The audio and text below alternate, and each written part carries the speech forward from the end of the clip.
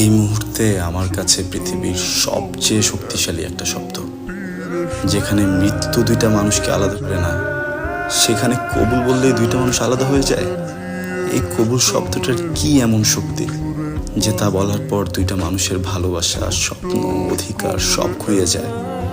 কবুল বলা মানে গ্রহণ করা, কিন্তু এই গ্রহণ করার মাঝে যে কত ত্যাগ, কত অশ্রু গোপন রয়েছে তা কেউ জানে না। কবুল বলা মানে ভালোবাসা মানুষটাকে ছেড়ে অন্যের হয়ে যাওয়া। কবুল বলা মানে একটা মানুষকে ভালোবাসার অধিকার হারিয়ে ফেলা।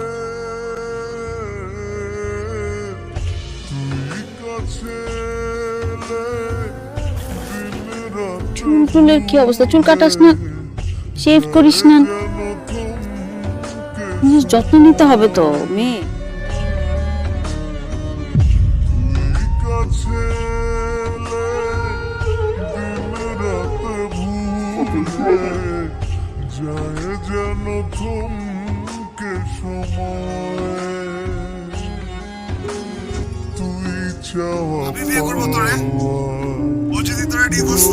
তুই ওরে ডিভোর্স দিবি, ডিভোর্স দিয়ে আমার কাছে আসবি, বুঝছিস না?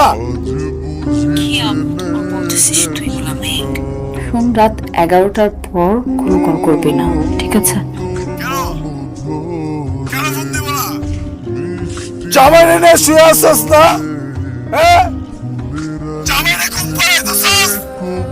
তুই জানাস রাত তুই আমি ঘুমাই না,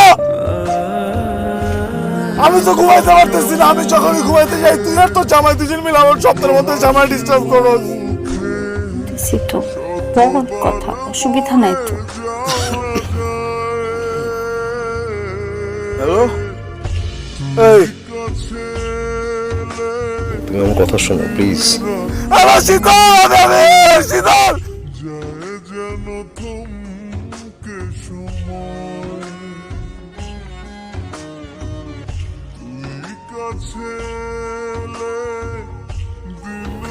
তুই তোর হাজবেন্ডের সাথে থাকিস, আমার প্রবলেম না। এটাও না যে তোর হাজবেন্ড তোকে টাচ করে।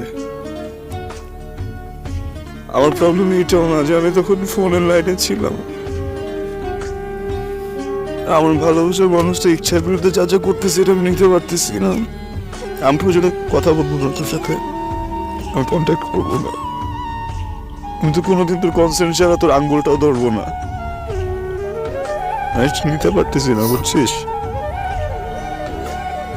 তুই চলে আয় আমার কাছে। কেন মেনে নিতেছিস সবকিছু? আমি নিতে পারতেছি না যে তুই সবকিছু মেনে নিতেছিস। আমি তোকে অনেক সুন্দর একটা জায়গায় নিয়ে যাবো, আমরা অনেক ভালো থাকবো। আমি আমার যত যত যত বদ অভ্যাস আছে সব ছেড়ে দিব, যা। আর কোনোদিন কিছু করবো না। আমি খুব যত্নে রাখবো, তোকে অনেক আদর করবো, অনেক। চলে আয় না। আমার সাথে আজকের পর থেকে তুই কখন খবরদার আর কোনো যোগাযোগ করবি না, কল করবি না। ইনফ্যাক্ট তোর চেহারা আমি দেখতে চাই না।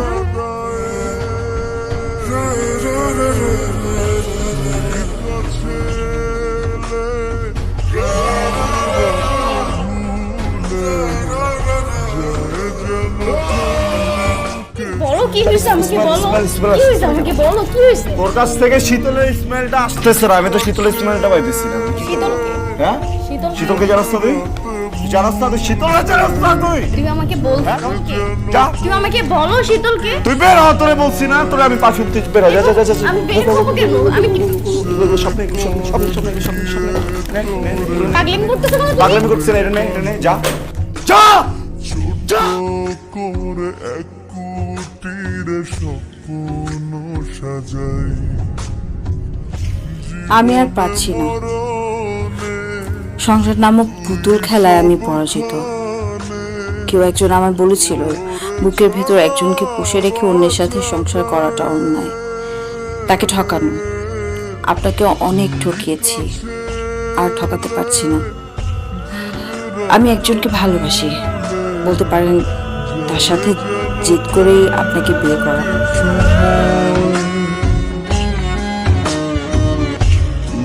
কাছে দিন রাত ভুলে যায় যেন থমকে সময়।